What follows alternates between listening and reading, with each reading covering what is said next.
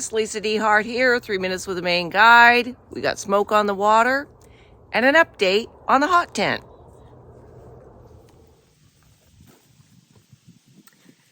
So here's the biggest update on this tent. I used it all summer long, and I didn't think I was going to.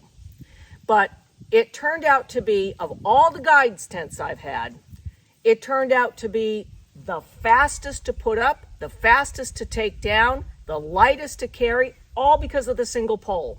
And then what surprised me was how incredibly versatile it is depending on how you clock this fly, which seems to be infinite.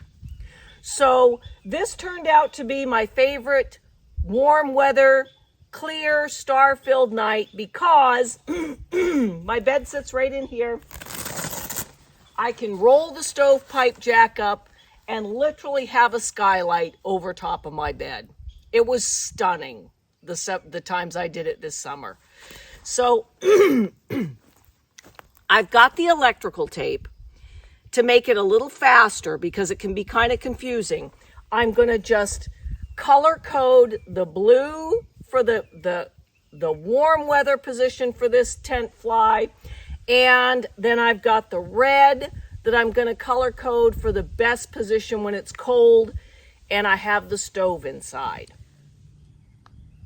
Okay, now this is the configuration I like for when the stove goes in.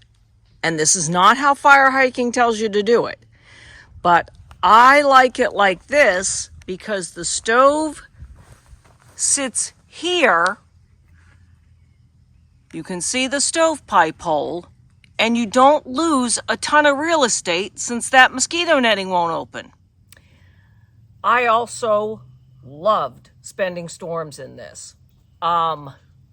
Because of the cone shape, it shed the rain like nobody's business. Punishing winds, there's nothing, when you've got this closed and you're just looking at a cone, there's nothing for the wind to grab onto. So I had it up on the Bonaventure in some really heavy winds.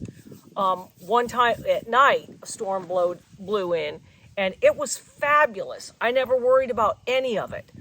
But you got to know how to pick a tent site, and you've got to know how to stake down a tent.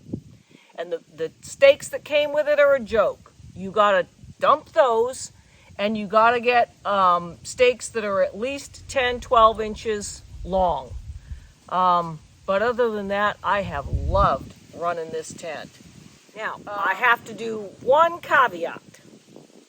I love this tent because I'm small, okay? There's not a lot of room in there. It's great. It's plenty for your gear and for me to stay in there by myself, okay? My husband is 6'3". A little bit harder for him. He might not like it so much. He likes to have more room, and he's not small. So, but I gotta tell you, one of the few advantages I found to being small, and I love this tent. I'm Lisa DeHart, and you've just spent 3 minutes with a Maine Guide.